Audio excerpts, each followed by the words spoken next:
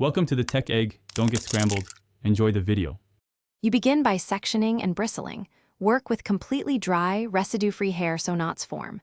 Take 5 cm sections and clip surrounding hair. This isolates each dread. With the brush, perform short, brisk back and forth strokes toward the scalp to roughen fiber and encourage coil formation.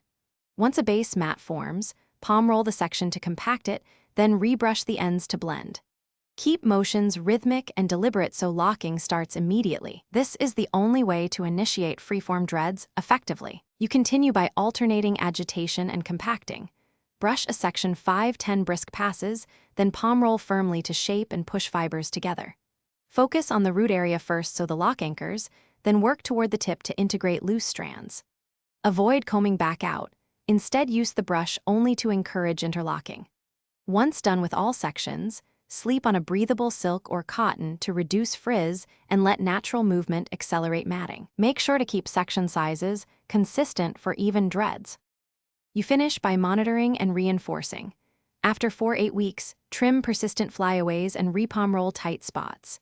If a section refuses to lock, split it into smaller pieces and repeat the brushing to roll cycle. Smaller mass mats faster. Once done, avoid heavy waxes or oils that block natural tangling. A light diluted salt spray can help stubborn frizz. Troubleshooting tip: if a lock loosens, do not overbrush. Instead, re-isolate and palm roll until it consolidates. This preserves the freeform integrity while solving issues. Thanks for watching. Consider subscribing if I helped unscramble your problems.